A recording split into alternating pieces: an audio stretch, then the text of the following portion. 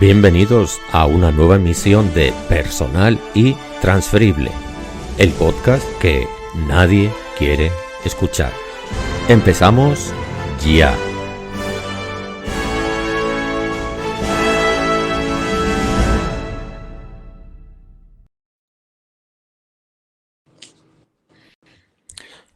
Saludos cordiales y bienvenidos a un episodio más de Personal y Transferible, el podcast que nadie quiere escuchar.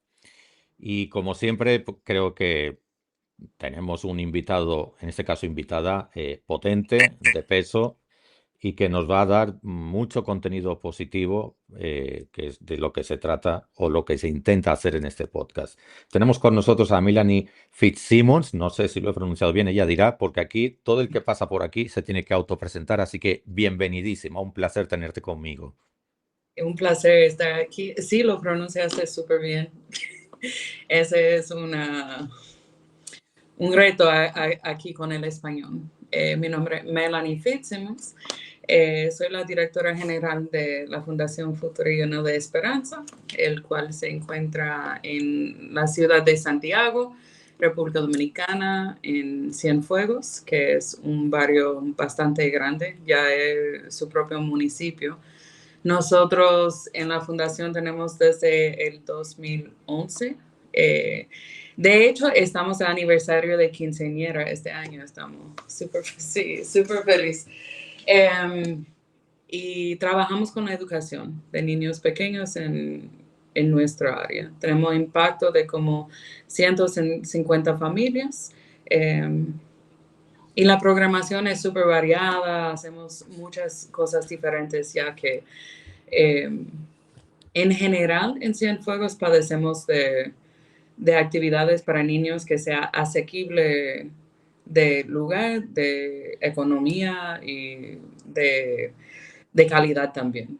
Entonces, súper feliz, orgulloso del trabajo que nosotros hacemos allá y muy feliz de hablarlo aquí hoy. Fantástico, admirable. De verdad, me alegra mucho que puedas estar aquí, porque algo que yo siempre digo en las capacitaciones que yo hago con profesionales del trabajo social, voluntarios y directivos de ONGs, es que parece que hay una tradicional alergia o repulsa a relacionarnos con las redes sociales y los medios de comunicación. Y yo creo que yo también era de esos, pero yo he entendido que es importante dar el paso porque ese tipo de iniciativas la sociedad necesita conocerlas. No solamente, para que no se malinterprete, no solamente por aquello de que se está buscando fondos, dinero o ayuda, sino porque el hecho mismo de sensibilizar a la sociedad, yo creo que nos convierte en una mejor sociedad. Entonces yo creo que también tenemos como ese deber. O sea, si trabajamos callados y sin que nadie lo sepa, yo creo que al final tampoco estamos desarrollando todo el potencial para poder resolver los principales problemas sociales que queremos resolver entre todos. Vaga la redundancia. Y aprovecho ese comentario que tú has hecho para poner esta inquietud sobre la mesa que creo que es válida y que creo que es necesaria. Melanie, por ayudar a dar contexto, sobre todo pensando en la gente que se conecta de fuera, que quizás no conocen la República Dominicana, eh, ¿qué tipo, porque has hablado de que está enfocada en la educación, qué tipo de educación se desarrolla en la fundación? Es decir, ¿es como un centro educativo que recibe subvenciones y por lo tanto trabaja el currículum oficial del Ministerio de Educación? ¿O lo que se hace es promover educación informal? Cuando digo informal, entiéndase, extracurricular, en aquellos trabajos, qué sé yo, trabajar con la familia, educación integral, manualidades, cerámica, música, psicología, etcétera. ¿O es un mix? Se hacen las dos cosas. Explícanos un poco esta parte. Es una mezcla realmente. Nosotros comenzamos en el 2011. No fui yo que fundé la fundación, sino unos amigos míos que son misioneros de Corea. Y en ese entonces, Villarrosa, donde estamos ubicados en Cienfuegos, eran lo que se llama solares. Era un terreno grande que no estaba formalizado, lo estaban parcelando y la gente iba a comprar su terreno. No tenía luz, no tenía agua potable, no tenía nada. Entonces, este grupo de misioneros entraba en la comunidad con un camión de agua y suplía agua a las personas que vivían ahí, ya que no había tubería de Corazán. Corazán es el sistema de agua que hay en Santiago, para los que no están familiarizados. Y ellos hacían un sondeo en la comunidad, qué es que necesitaban, qué es lo que deseaban. Y lo que necesitaban en ese entonces era una escuela. Santiago Oeste, que es Cienfuegos, lo mismo, padecía de cientos y no cientos, miles de butacas para niños en las escuelas, porque se explotó la población en Cienfuegos y no estaban construyendo escuelas al mismo ritmo que se crecían los niños. Nada, entonces ellos hicieron la escuela con la intención de hacer un colegio privado. Tipo fundación, pero para la comunidad, porque eso es lo que la comunidad necesitaba. Y comenzamos el primer año formalizado en el 2012, septiembre de 2012, con 125 estudiantes de 3 años a tercer grado de básica. En ese entonces no teníamos un código de ministerio ni nada, pero nos daban permiso de trabajar porque había una necesidad en la comunidad. En el 2014 creo que fue, construyeron una escuela pública frente a nosotros, frente a frente. Y eso fue un reto porque nosotros entendemos que como extranjeros nuestro rol no es trepar lo que son los sistemas que existen. Si es una comunidad de bajos recursos que no tiene dinero, deben de acudir a la escuela pública, ya que eso es lo que hay. Y tuvimos que repensar lo que estábamos haciendo. Hicimos otro sondeo, hablando con la comunidad. Nos quedamos con los mismos niños que teníamos hasta que terminaron tercer grado, pero no aceptamos niños nuevos porque nos reenfocamos en el nivel inicial, lo que es preescolar. Entonces, en como el 2017 comenzamos exclusivamente a trabajar con niños chiquitos de 3 a 5 años. Ese es el programa, el main program, como el programa más grande que tenemos es el preescolar. Tenemos entre 45 y 60 niños todos los años, con la intención no solamente de crear la base para esos niños, sino educar a sus padres, trabajar con sus hermanos grandes y educar otros profesores. Entonces hacemos talleres educativos para otros profesores de proyectos similares a de nosotros. Colaboramos a veces con profesores de la escuela pública, porque el alcance de nosotros son 60 niños, pero si podemos compartir nuestras prácticas con otros profesores, tenemos más alcance. Entonces, ese es el programa más grande y es formalizado. Ya no trabajamos directamente con el Ministerio de Educación, pero tenemos una relación fuerte con muchas escuelas públicas y en las tardes, los sábados, tenemos lo que llamamos programación comunitaria. Eso a niños hasta 14, 15 años. Y eso realmente depende de los voluntarios que tenemos, los fondos que tenemos en ese momento, los talentos que existen y los intereses de los niños, lo que ofrecemos. Me parece interesantísimo. Aprovecho para devolverle el saludo a Abby, que es una tuitera española, pero que reside en Suiza y que siempre que puede, pues se conecta y apoya todo este tipo de iniciativas. Así que le devolvemos el saludo a Abby también con mucho afecto y cariño.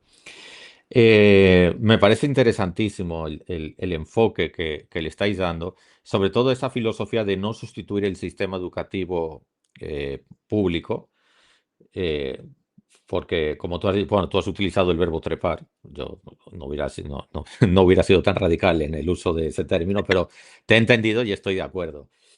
Eh, Podemos hablar un poco, porque lamentablemente mucho depende de ese factor.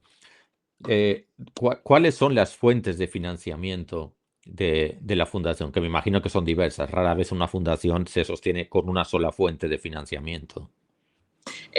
Bueno, Tenemos los programas de los niños, depende, la mayoría son gratis, ya que están empoderados por voluntarios y no tenemos que pagar esa parte.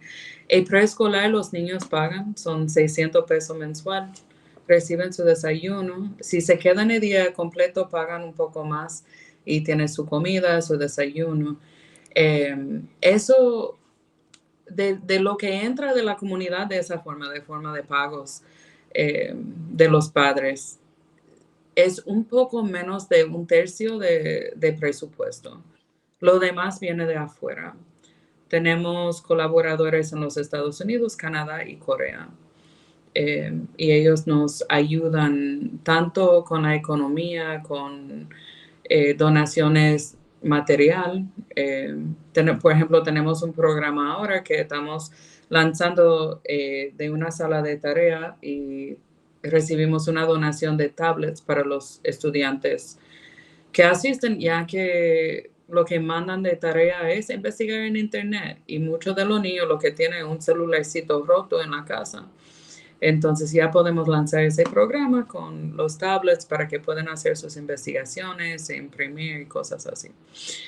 Entonces, no recibimos ayuda de gobierno dominicano y tenemos algunos negocios aquí en Santiago que nos apoyan con comida. Eso nos rebaja mucho el costo de eso, ya que le demos desayuno todos los días a todos los niños, almuerzo, y cuando hay programación intentamos darle una merienda por lo menos saludable. Qué bueno. Eh, Qué bueno que has terminado diciendo esto porque eso me lleva a la siguiente inquietud y es de qué manera se puede colaborar con la fundación. Claro, si es alguien que tiene un negocio, por ejemplo, tú has dicho, pues se puede colaborar pues con comida y entiendo que con el mismo producto que pueda producir tu empresa. Por ejemplo, si yo tengo una papelería, pues a lo mejor te puedo regalar cuadernos, bolígrafos o lápices de colores para que los niños los puedan utilizar. Entiendo que esa es una manera de colaborar, pero alguien que no tenga un negocio, que simplemente es una persona que es empleada y simplemente cobra un salario, ¿qué tipo de colaboración pudiera desarrollar con la fundación que realmente la fundación necesite? Voluntariar, ¿cómo se dice eso? Voluntariación. Voluntariado, siendo Eh, voluntario. Nosotros trabajamos mucho con voluntarios. De hecho, es algo para mí personal, o sea, de la fundación también, pero para mí personal, trabajar y más, sobre todo con gente joven, eh, para que vean la diferencia entre su vida diario y la vida que otras personas en el mismo país viven. Eh, Hacer conexiones de que todos somos seres humanos y que a veces la gente piensa que para hacer un voluntariado tiene que ser cosa de otro mundo. Pero hemos tenido personas que vienen y ayudan en la cocina, que vienen a ayudar con alfabetizar niños, pero también que vienen a bailar de vez en cuando. Tenemos una persona que una vez al año viene y da una clase de yoga. Sí, no es un compromiso súper, pero es algo que nos ayuda a nosotros. Y otra cosa es que cuando niños viven en comunidades marginalizadas, escuchan mucho. Y si son de Santiago, saben, cuando dicen, que voy a Cienfuegos, y la gente dice, ay, ¿que tú vas a dónde? ¿Y por qué? ¿Por qué tú irías para allá? Eso mismo niños lo escuchan. Entonces, cuando ven que las personas, dominicanos, extranjeros, lo que sea, toman el tiempo para ir a su centro, para entrar en su comunidad y pasar tiempo con ellos, cuando escuchan ese tipo de comentarios como que, ay, que pero nadie va a Cienfuegos, ellos van con esa mentalidad, pero eso es mentira, porque mucha gente entra para jugar con nosotros o para ayudarnos a nosotros. Y alivia un poco ese estigma de que ustedes son de Cienfuegos, porque realmente es algo fuerte y que tenemos que luchar. Has tocado un tema interesante y que yo tengo como muy fresco por lo de la tesis doctoral. Y es que los nombres de los lugares son el primer estigma que sufre la población que vive en un lugar. Claro, si la comunidad, que es inmensa, porque es muy grande, yo las veces que he ido por ahí, siempre salgo impactado de lo grande que es aquello. Un lugar, un sector de la ciudad que se llame Cienfuegos, pues la primera idea que te da no es precisamente como que, ¡buah! Debe ser el Edén, ¿no? Debe ser frondoso, debe ser tranquilo. No da esa imagen. Igual que otros nombres que hay por ahí, como de Sal si puedes, La Mina, Los Minas, o sea, ese tipo de nombres ya son una primera barrera conceptual. O sea, así como hay nombres atractivos, hay nombres, vamos a decirlo estrictamente lingüísticamente hablando, repulsivos. Entonces, a lo mejor también hay que hacer un trabajo, no solamente de tu fundación, eso ya es cuestión de unir todas las fuerzas vivas de la comunidad. Hay que hacer un trabajo, yo no voy a decir de cambiar el nombre de la comunidad porque también es un poco injusto, pero sí como de dar a conocer una comunidad que gente que a lo mejor que nunca ha puesto los pies allí tiene como muchos prejuicios o muchas ideas distorsionadas de lo que es esa comunidad y que el primer reto es que la conozcan. El primer reto tiene que ser que conozcan esa comunidad. Y después a lo mejor el segundo paso es que se atrevan a ser voluntarios en la tuya, en otra. La cuestión es que seamos solidarios y empáticos. Yo creo que ese es el auténtico reto que tenemos por delante. Así que agradezco mucho que hayas hecho ese comentario porque estoy totalmente de acuerdo. Vamos a la siguiente. Para ser voluntarios en el área que sea. Si alguien quiere colaborar con dinero, ¿hay algún plan como de ser socio colaborador o son donaciones puntuales? ¿Hay un sistema? ¿Tenéis una página web, un PayPal, o sea, ¿cuál sería el sistema de alguien que no viva sobre todo en Santiago y quiera colaborar, por ejemplo, económicamente? ¿Cómo lo puede hacer? Eh, bueno, para los que viven en Santiago tenemos una cuenta bancaria en Banfondesa. Eh, para los que lo usen tenemos PayPal. Y para los que viven en los Estados Unidos, eh, esas cosas no de donaciones, sino de transferencias de dineros internacionales es complicado. Pero nosotros también, aparte de ser una organización sin fines de lucro reconocido en la República Dominicana, también en los Estados Unidos lo somos. Entonces, tenemos un 501c3, que es un estado de organización sin fines de lucro allá, y se puede hacer donaciones a través de Venmo, Zelle, PayPal, transferencia, lo que sea. Y bueno, según el código de impuestos que hay allá, se le da sus recibos de eso también. Eso ha ayudado muchísimo porque, o sea, hay mentalidades de lo que son fundaciones formales, lo que no son formales. Entonces, por años estábamos formalizados en la República Dominicana, pero nos hacía difícil conseguir de afuera, y conseguir de aquí del país también era complicado. Entonces, hicimos la organización allá, lo formalizamos para recibir, pero eso de trabajar con donaciones, ya con eso se nos hace más fácil. De otros países sería PayPal, que creo que es el único que es mundial en este punto. Sí, y que Pero, creo que es bastante práctico e intuitivo. Uno se lo baja a su celular y puede manejarse como desde ahí.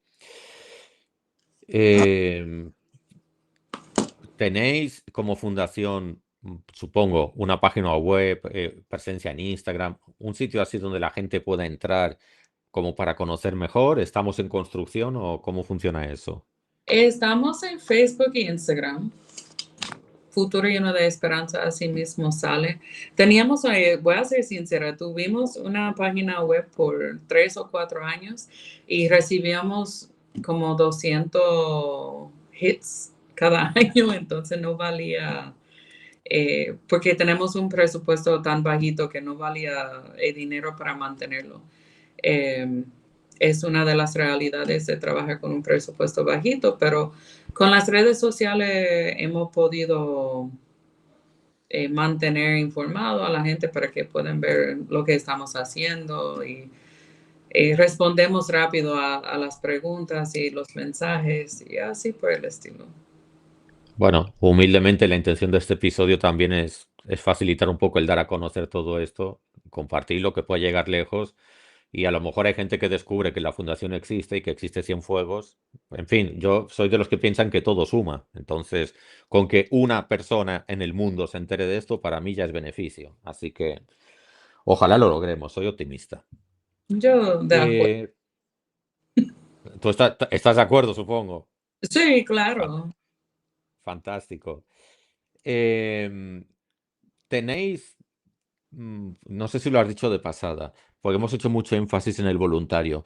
¿Tenéis personal contratado? O sea, ¿tenéis empleomanía como fundación o todo se sostiene mediante voluntariado? No tenemos profesores, tenemos 3 profesores titulares porque tenemos un preescolar con 3 aulas. Eh, tenemos una profesora asistente, tenemos una niñera porque en el año pasado 2 de mis profesoras dieron a luz a 2 varoncitos a la misma vez. Y con un equipo tan pequeño que uno hace. Entonces buscamos una persona para cuidar los bebés, para que no tenían que dejarlo con otra persona. Entonces tenemos la niñera que nos ayuda, y la menciono porque ella nos ayuda muchísimo con cosas administrativas. Y tenemos la cocinera, la que trabaja en la cocina. Pues un afectuoso saludo a todas ellas porque son las que están en el día a día y hacen que realmente sea sostenible todo esto también. Al final es la unión de muchas fuerzas diferentes, la fuerza del dinero, la fuerza de los contratados, la fuerza de los voluntariados, en fin, de los patrocinadores, de los que dan la comida, de los que dan la papelería. Me consta que esto es así y si no, pues la unión hace la fuerza. Y cuando falla la fórmula de la unión hace la fuerza, pues estas iniciativas se caen, porque es que no hay manera de sostenerlas. ¿Cuáles serían, que me imagino que eso está pensado, cuáles son los retos de la fundación a medio y largo plazo? Es decir, como esa visión estratégica, "Buah, en 10 años queremos lograr tal cosa", por ejemplo. ¿Cuál es la visión de... O sea, no entiendo que la visión no debe ser simplemente sobrevivir. Estamos hablando de retos o metas, porque son 2 cosas diferentes. Hay Bueno, muchos retos. yo a veces no los distingo, pero si tú los distingues, pues adelante, porque yo creo que eso ayuda. Uno como la visión, lo que queremos lograr, y el otro para mí es algo que tenemos como lo que tenemos que superar. Entonces, em, tenemos un edificio súper lindo de 2 plantas, tenemos una cocina aparte.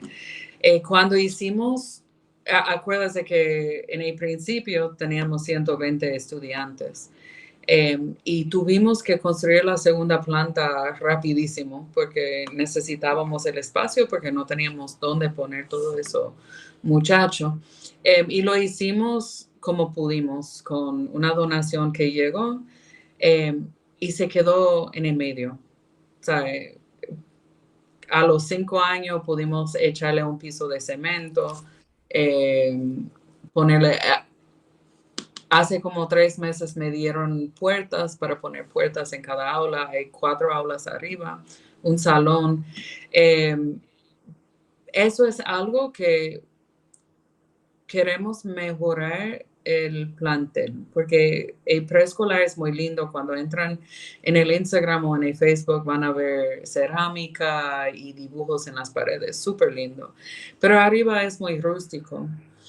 Porque siempre gastamos el dinero en los niños y no en mejora de plantel. Entonces, es algo que tenemos que hacer porque muchos de los niños de nosotros vienen de casas provisionales, que quizás su familia está construyendo la casa mientras viven adentro, o sea, está de madera y están poniendo los bloques ahora. Y la comunidad en sí no tiene calles asfaltadas, en todos los lugares hay mucho lodo. Es una comunidad súper lindo, lleno de personas bonitos, pero queremos que su espacio sea igual de lindo que lo que tenemos para los chiquitos, porque es digno. O sea, no deben de tener que venir a hacer su programación en un piso de cemento oscuro y así por el estilo. Entonces, algo que tiene que ver con el autoestima y cómo los niños eh, como perciben el espacio. Si le damos un espacio feo, pues ellos entienden que eso es lo que merecen. Pero entonces para nosotros eso, este año es lo que tenemos planeado, es mejorar ese espacio de la segunda planta y ponerlo súper lindo, bonito. Porque ellos, psicológicamente con los niños, para que entiendan que ellos, los niños más grandes, merecen ese espacio igual que tienen los chiquitos.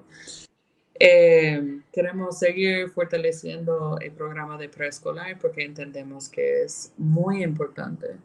Eh, el preescolar en este país es débil y más en comunidades marginalizadas. Podría hablar por días de lo que es la educación dominicana, pero en vez de quejarnos, lo que tenemos que hacer es trabajar para que sea mejor. Porque si nos enfocamos en eso, no podemos. Yo Pues, voy a aprovechar esto que tú acabas de decir para lanzar un mensaje más contundente, quizá porque soy un poco más atrevido que tú. El nivel más importante de cualquier sistema educativo es el preescolar. Y nadie me va a desmontar de esto. ¿Por qué? Porque es la base de la pirámide, es la base del edificio. Si la base es mala, todo el edificio será malo. sí, Punto. lo vemos, Laureana, en que estos niños que entran en la escuela con 6 años tienen el mismo nivel que los niños que están entrando, que están en colegios desde los 2 años, porque el nivel inicial aquí no está hecho para niños chiquitos. Lo sientan en mesas con lápiz y quieren que llenen cuadernillos. Y es que no, que los niños tienen que explorar, tienen que tocar, tienen que ver con sus ojos, tienen que correr, tienen que atrapar, tienen que atreverse, tienen que ensuciarse y eso no. eh, entonces, y más, me hace reír a veces porque es más en comunidades marginalizadas que se ve como queremos acorralarlo, no queremos que se muevan. Y eso es lo que necesitan hacer. De hecho, tenemos un recreo de 45 minutos. Nada más tenemos los niños de 8 a 12, 4 horas al día y gastan casi una hora completa en recreo. ¿Por qué? Porque hay dos tipos de personas que hemos encontrado por lo generalizado. O que los niños están sueltos en el barrio y pueden hacer lo que quieren porque los padres están trabajando, porque lo que sea la razón. Y corren detrás de los niños grandes, pero nunca aprenden a jugar.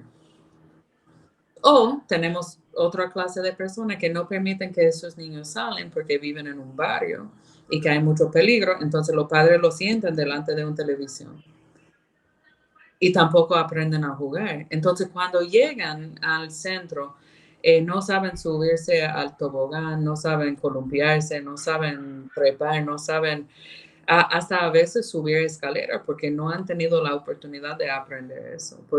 Y eso es el preescolar. Si no tenemos eso, no nos importa alfabetizarlos si no conviven, si no saben Y es, esperar un turno, si no pueden decir, dame eso, ay, no, que yo no quiero prestarte eso ahora, que tú tienes que esperar cuando compartir con sus compañeros.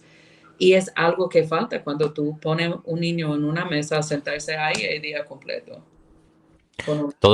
todo el tema de las habilidades sociales que tantas falta nos hace y que vemos las carencias en la edad adulta. Exacto.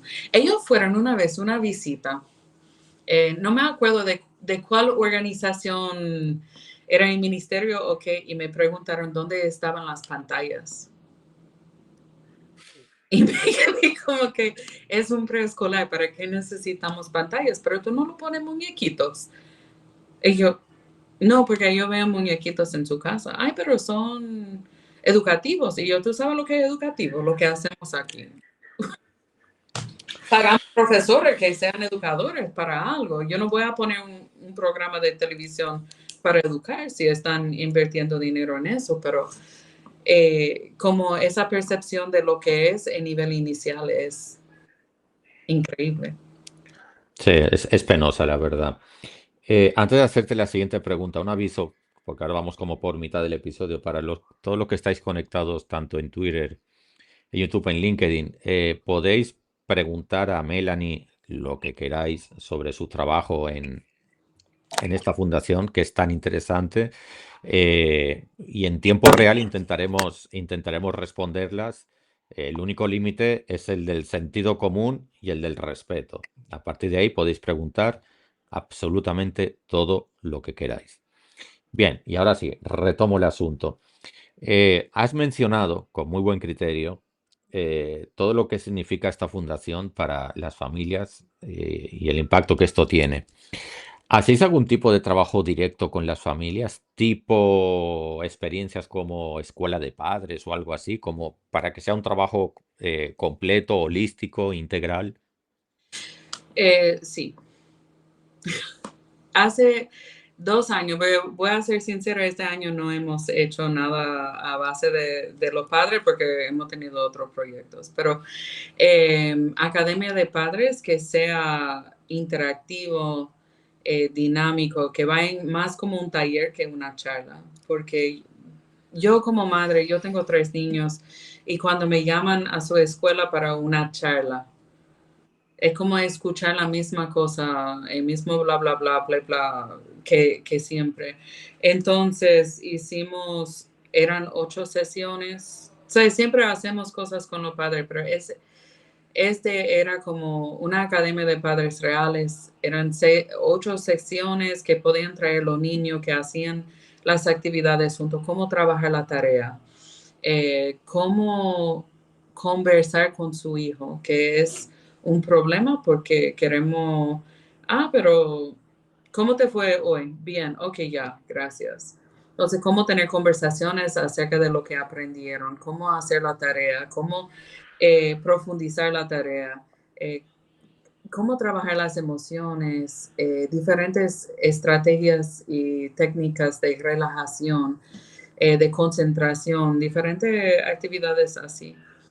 También hacemos cuentacuentos, que la familia completo puede venir, traemos personas voluntarios que leen un cuento y hacen una manualidad en familia.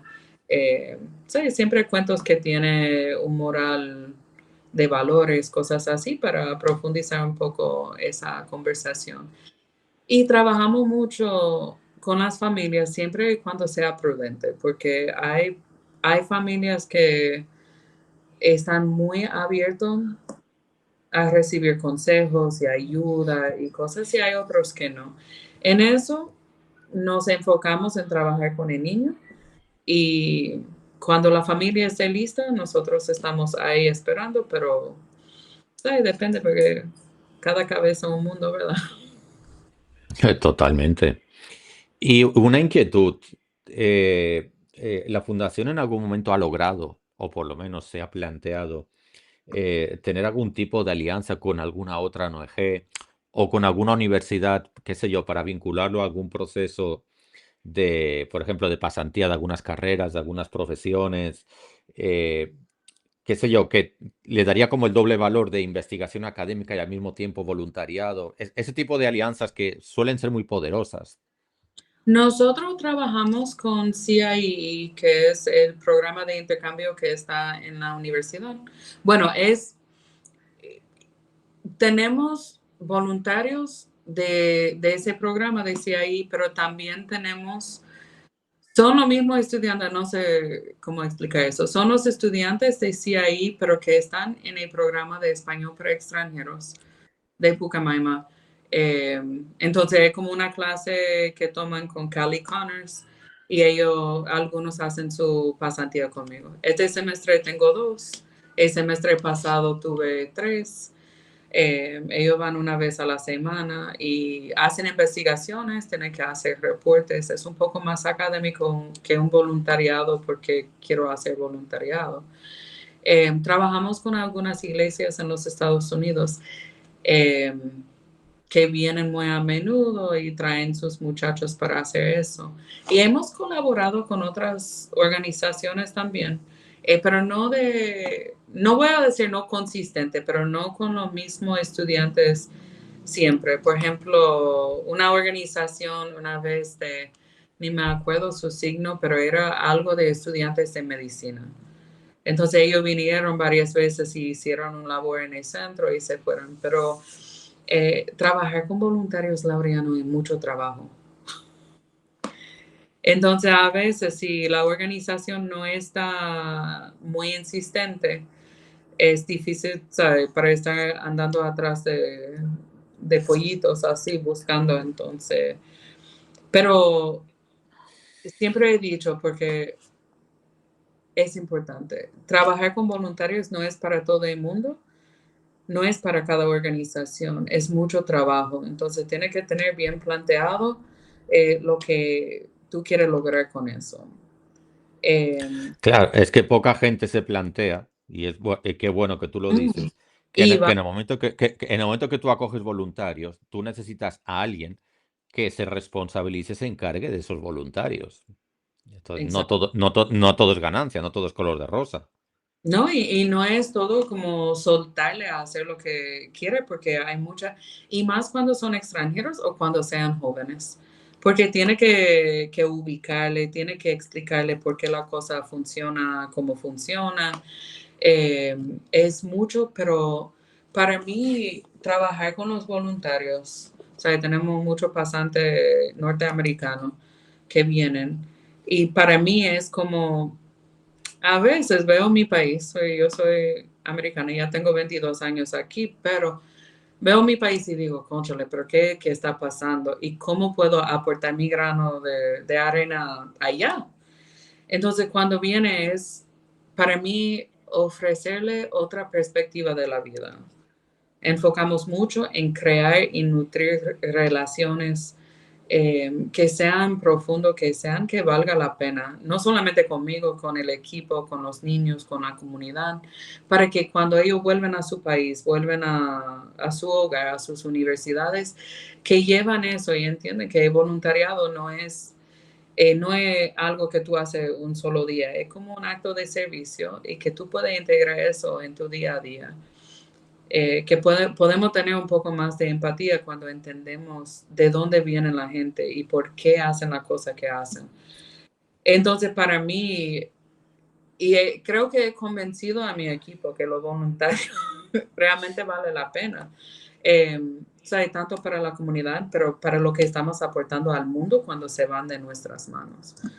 Entonces, eso es algo, trabajamos con mucho voluntario por eso, pero es mucho, mucho trabajo.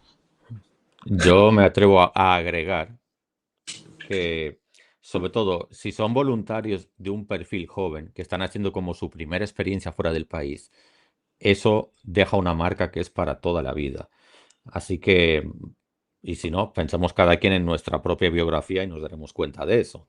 Entonces, yo creo que en este sentido, el aporte que estás haciendo, aunque solamente recibas un voluntario o un pasante cada 6 meses, eso también es ganancia. Es que también los criterios cuantitativos para este tipo de trabajo tenemos que cambiarlos un poco. No somos corporaciones internacionales que todo lo tenemos que contar por millones. Estamos hablando de seres humanos y cada ser humano tiene un valor único. Así es. Qué bueno. Menos mal que te he logrado convencer para que vengas a este episodio. Yo tenía como esta espinita clavada desde hace meses, pero en fin, dice un viejo refrán que nunca es tarde si la dicha es buena. Eh, no sé, bueno, es un refrán muy español, no sé, bueno, aquí también, yo también lo Yo he le escuchado por aquí. no tan No es tan extraño, ¿no?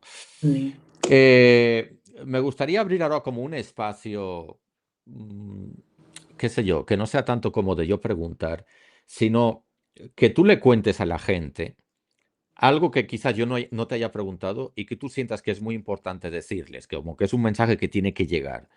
Te abro el espacio para eso. dame una, ay no, no sé. Sé Yo que libre, apunto, ¿verdad? libre, total libertad. Ay, yo realmente no. No, porque a veces, qué sé yo pienso preguntas desde una actitud empática de que, bueno, si pregunto esto le va a servir para explicar tal cosa, pero no soy Dios ni soy una computadora y puede haber cosas importantes que yo no te haya preguntado. No, no, no, realmente pensando, hay mucha cosa, hay, Eso es difícil. Es como tanta cosa puedo decir, no sé Pero cuál es. Melanie, si son muchas cosas, nos ponemos de acuerdo y un día hacemos un segundo episodio.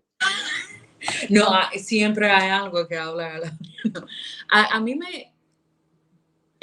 voy a hacer hincapié en lo que tú dijiste, en que el voluntariado no tiene, tú sabes, no necesitamos cosas grandes. O sea, no tiene que ser como que tengo 10 pasantes ahora o quizá uno cada año es suficiente. Eh, y creo que eso es algo, no solamente con voluntariado, pero el hecho de ir cambiando poco a poco el mundo no es en actos grandes. No es que tengo que ir a hacer una marcha de 1 millón de personas para hacer un cambio. Que cuando entramos en relaciones, eso es algo que eh, hablo muchísimo de relaciones, que no amistad en sí, sino de conocer a las personas. Creo que uno de los problemas que tenemos son eso de pantalla y estar en teléfono y estar en tablet y estar conectado con personas. A mí me encanta, yo puedo hablar con mi mamá siempre cuando quiero, estamos lejos, pero puedo. Pero no puedo estar solamente pensando en lo que me queda allá cuando hay personas frente a frente, ¿verdad? Eh, y es algo que cuando hacemos cosas como entrar en una comunidad que es diferente que el mío, que sea un campo, que sea Cienfuegos, que sea, por ejemplo, no sé, ir a casa de campo y relacionarme con personas que son diferentes, el mundo crece. Porque tú vas a aprender de mí y yo voy a aprender de ti. Y cuando las personas se conectan de cara a cara y no así en una pantalla, hay algo más profundo ahí. Porque hay gestos, hay la forma que eh, tú te mueves cuando estás hablando, o sea, lenguaje corporal, todo eso que son cosas. Y creo que eso hace mucha falta. Y eso de las redes y todo son muy buenos, pero nos han enseñado que tenemos que hacer más y más y más y más. Cuando realmente podemos comenzar con algo muy pequeño y hacer un cambio bastante grande. No tiene que ser un acto, wow, porque más que nos conocemos, más que hacemos esas conexiones, más vemos la humanidad de otro. Eh, y eso es algo que hace falta, creo yo. No voy a agregar nada a eso que has dicho. Simplemente estoy de acuerdo. Le doy un retweet gigante en esas redes sociales que estás mencionando y ya está. Porque lo has dejado perfecto. Se me acaba de venir una pregunta extra a la cabeza que está un poco relacionada con el tema del calendario escolar. ¿Qué tipo de trabajo hace la fundación con estos niños fuera del año escolar? Es decir, esos meses sobre todo julio y agosto, que los de clase media y clase alta tienen el recurso de irse de campamento y hacer actividades extraordinarias, o que se van para un río, o se van al campo, se van. Ese tipo de actividades lúdicas, pero que también requieren cierto recurso económico. En el caso de los niños que se atienden y se educan en vuestra fundación, ¿hay algún tipo de actividades alternativas o porque no tenemos recursos, pues simplemente esos meses cerramos y ya está? En julio estamos cerrados porque toca vacaciones colectivas del equipo y como tenemos el preescolar es el único mes del año que tenemos para eso. En junio hacemos un campamento para la comunidad. Tenemos entre 80 y 120 niños. Cada año es un campamento diurno, o sea que van en la mañana, hacen manualidades, juegan, hacen carreras, de toda la cosa que se hace en un campamento. Y en agosto intentamos siempre que estemos ahí de hacer actividades comunitarias como hacemos en el año escolar, mañana de artística, patio abierto, eh, cuentacuentos y cosas así para que los niños puedan ir mientras estemos ahí. O sea, tenemos el limitante de las vacaciones, pero intentamos de hacer cosas en el principio y final. O sea, cuando salen de la escuela y antes de que entren. Porque es como tú dices, y no hay nada. Ellos se quedan en la casa dándole vueltas en el barrio y hay pocas oportunidades en ese sentido. Bueno, pues quizá ahí está como el siguiente nivel que en próximos años a lo mejor se puede lograr, que no necesariamente tiene que ser con el mismo personal, a lo mejor con un personal alternativo, qué sé yo, un personal que atienda los veranos, otro personal que atienda el año escolar. No Exacto. sé, lanzando ideas al aire que en definitiva volvemos a lo del principio. Depende de los recursos que se tengan en la mano, porque lamentablemente al final depende de eso. Yo espero, bueno, ojalá. Yo soy muy sensible al tema de que para una correcta educación o una educación eficaz con los niños, a ese nivel que tú lo estás planteando, también se requiere trabajar con los padres.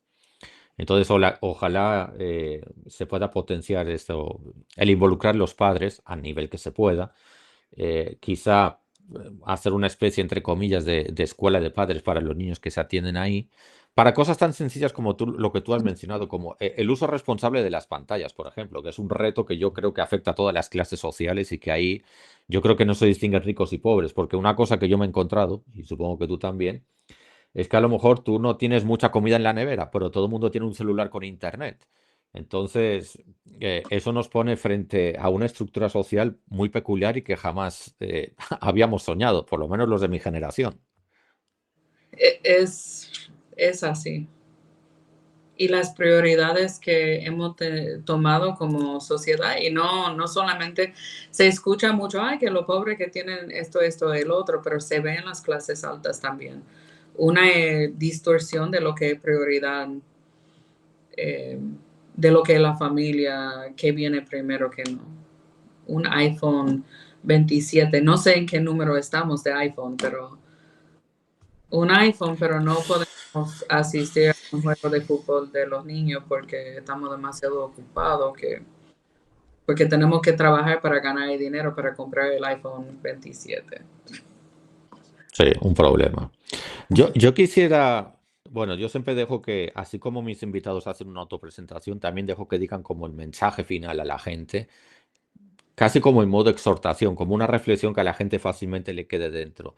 Y antes de darte paso para que hagas eso, yo quisiera decir, algunas veces lo digo y qué sé yo, a veces conviene repetirlo varias veces. Las redes sociales, ahora que vivimos en una época, como dicen aquí, de tanto hate y de tanta viralidad y tanta fake news, las redes sociales son un instrumento y los instrumentos no son ni buenos ni malos. Buenas o malas son las acciones de las personas cuando usan esas redes sociales. Y así como hay gente que usa las redes sociales para el mal, el reto es usar esas mismas redes sociales para hacer el bien, para difundir mensajes solidarios. Recuerden, por ejemplo, esa super plataforma donantes.com. Empezó siendo una cuenta en Twitter y ahora conecta donantes de sangre en todo el país. Y eso, ese mismo criterio yo creo que puede aplicar a iniciativas como la de tu fundación y otras que conozco. Dar a conocer las necesidades y los logros que se van conquistando con estas iniciativas de trabajo social que involucran no solamente a trabajadores sociales, sino a todos los perfiles profesionales, porque aquí lo importante es la bondad y la empatía. Obviamente, cuanto más profesionalizada esté esa bondad y esa empatía, pues mejor, porque mejor quedará el trabajo que hacemos con las poblaciones destinatarias. Entonces, quería aprovechar el episodio también para dejar ese mensaje. Y ahora sí, te paso la bola a ti para que dejes como el mensaje final a la gente para ver si con eso ayudamos a que la fundación se desarrolle más y se proyecte más todavía. Adelante, Melanie. Y yo voy a decir lo mismo. Las redes sociales son un instrumento. Tenemos que desconectarnos de vez en cuando, sentarse, entrar en relación con nuestros vecinos, vecinos en el gran sentido de esa palabra del prójimo, de quien está cerca de nosotros, no solamente el que vive al lado, para que podamos retomar eso de la humanidad de otro, de tener consideración y respeto. No tenemos que estar de acuerdo en todo, pero cada persona está luchando con algo, cada persona tiene sus batallas que no conocemos y no debemos estar juzgando, sino aprendiendo y aportando de la forma que podemos, porque si hoy necesito de tu ayuda, quizás mañana tú necesitas de mí, pero si no nos conocemos y no tenemos confianza, ya no tenemos nada. Entonces, yo diría que no solamente con mi fundación, pero hagan relaciones con una ONG, haga un voluntariado, que sea un día para que vea otra cosa y que conozca personas diferentes y comenzar a ver desde diferentes perspectivas el mundo. Excelente mensaje. Ojalá te hagan caso. Ojalá. Para que vean que este programa es súper orgánico, ahora le voy a pedir a Melanie algo que tenía pensado pedirle por privado, pero ahora se lo voy a pedir en público. Melanie, cuando puedas, escríbeme por WhatsApp el enlace de las redes de la fundación para ponerlo en la cajita de la grabación del episodio y que la gente pueda acceder más fácilmente al contenido de la fundación, valga la redundancia. Yo se lo mando, sí, no hay Ya, problema. era eso, para que el público vea lo orgánicos que somos aquí. Bueno, pues nada, hemos llegado al final, 51 minutos. Me gusta respetar el tiempo del invitado y del público. Te agradezco muchísimo el esfuerzo que has hecho, porque yo sé que te has estresado mucho, porque la tecnología, la computadora, el internet, no sé qué. eh, pero en fin, al final yo creo que ha salido bien. Cuando uno intenta hacer el bien, también un poco de buena suerte es necesaria. Y al final le hemos tenido, pero al Eh, final. lo logramos. Y lo logramos, sí, yo creo que sí. Ya verás la grabación, ya verás que lo hemos logrado. Melanie, de verdad, estoy muy, muy, muy agradecido de ti por tu receptividad, por decirme que sí desde el primer momento. Y a todos nuestros seguidores que nos han estado viendo a través de LinkedIn, de YouTube y de Twitter, pues también muchas gracias. Ojalá, especialmente este episodio, le puedan dar retweet, háganlo llegar más lejos, porque a veces no nos damos cuenta, pero un retweet puede marcar la diferencia entre que alguien incluso pueda salvar o no salvar la vida. Entonces, yo creo que en este caso estamos hablando de un contenido que tiene mucho que ver con esto. Eh, Ojalá no me sigan en mis redes por este episodio, por favor, denle retweet. Y Melanie, muchísimas gracias, un fuerte abrazo. Les pongo la musiquita del final para que me la puedan criticar y nos vemos en un próximo episodio de Personal y Transferible, el podcast que nadie quiere escuchar.